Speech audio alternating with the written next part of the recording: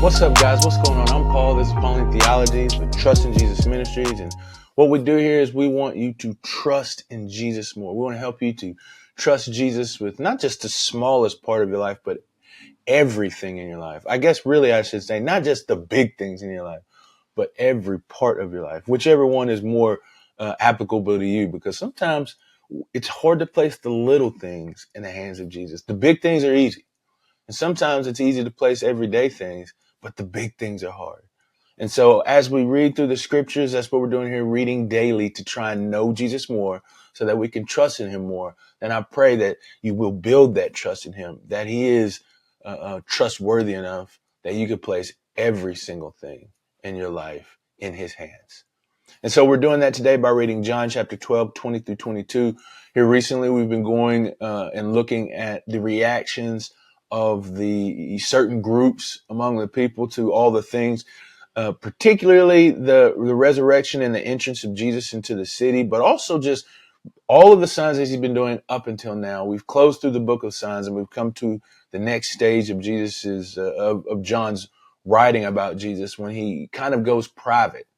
And so we are looking at all of the reactions of all of the people groups and how they respond to Jesus. First, we talked about the disciples. Next, we talked about the crowds or the normal everyday type people.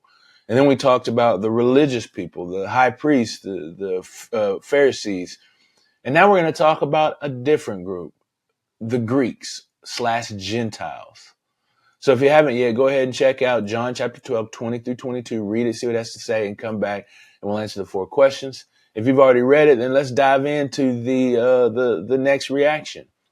What's going on? Well, we look like we've got some Greeks, people, most likely people who already have some kind of understanding of the the Hebrew faith, Judaism, because they're going up to worship during the feast here, and they probably have like a read the Torah. They're probably not proselytes. They're probably not people who have converted to the faith, but they are people who are interested in it and desire in some way to be a part of it.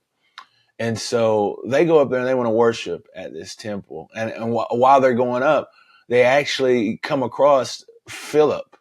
And so they ask Philip, they say, man, can we see Jesus? And that's under the assumption that they heard about all of the signs and the things that Jesus had been doing.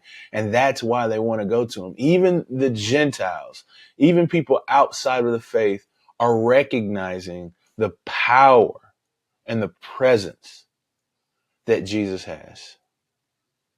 And they're coming and they're seeking him. And this reminds me kind of the early stages of when Jesus came and they were like, just meet this guy, man, just come to talk to him, see him, man. And that's what they want to do.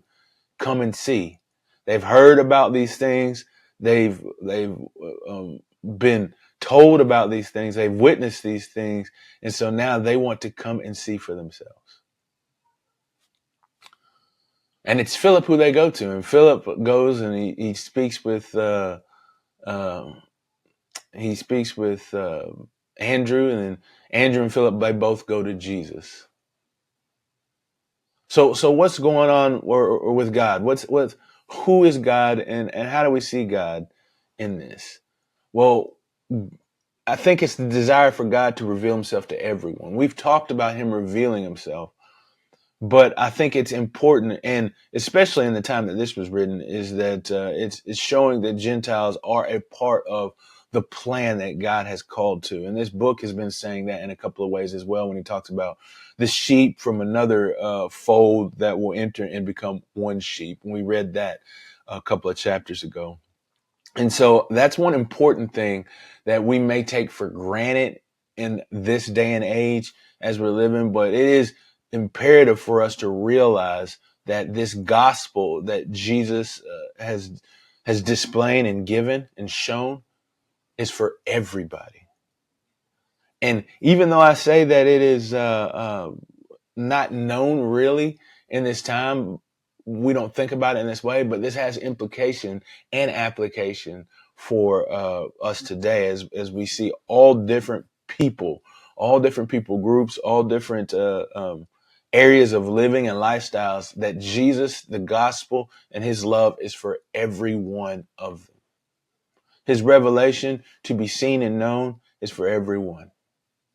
Now, in the same way, even though in those different groups and people there's sin and there's suffering, Jesus desires to be known by them so that they might become holy as he is holy. What does this say about man? It says that we're all responsible to deal with Jesus, that there is no excuse because of his revelation being displayed and made known to all men, to all people. Then that means that we are all responsible to deal with it. We're all responsible to make a choice in regards to it. And it's not just for the Hebrews. It's not just for those who believe in this type of stuff. It's for everyone, because God has made himself known to us so that we can see who he is and then be subsequently saved by him. It's for everybody. We've got to make that decision. We've got to come to a knowledge of him. He has made himself known. It's for us to know him. And so how do we apply these truths to our lives, man? What is this all? How do we put this all together?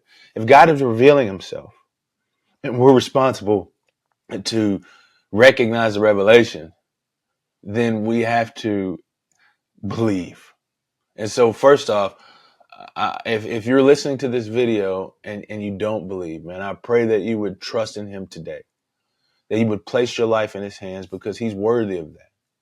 Believe that he has given his life so that you might have life. And if you have any more questions as to how to do that, how to place your trust in him, how to believe, how to have faith, man, put that in the comments or private. Send me a email or something, man. I'd love to discuss that with you and help you to take a further step in the journey it is to trust in Jesus. But there is one more thing I think that's important for us as what we see the Greeks' response is that they go to somebody. And so you go to somebody if you need this. But also be a person that somebody can go to. One thing is we're not sure about, but we think that it might be very, very reasonable, is that the reason that these Greeks went to Philip is because he's from an area that's close to the Greek-speaking nation, the Gentile nation. And we also believe that because his name is Philip, he has a Greek-speaking name. And so that kind of puts him in a position to better associate with those types of people. And so what Philip is doing is utilizing what God has given him in order to be a witness to these people that desire to know Jesus. And so an application to this is that whatever skills God has given you, whether they be skills or they be things that you were born with, use those to be able to be a good witness for the glory of God. Use those attributes that God has bestowed upon you to bring glory to his name. I appreciate you guys for listening, and I hope it's helped you to grow closer in trust in Jesus so that you might place every aspect of your life in his hands. I'll talk to you in the next video.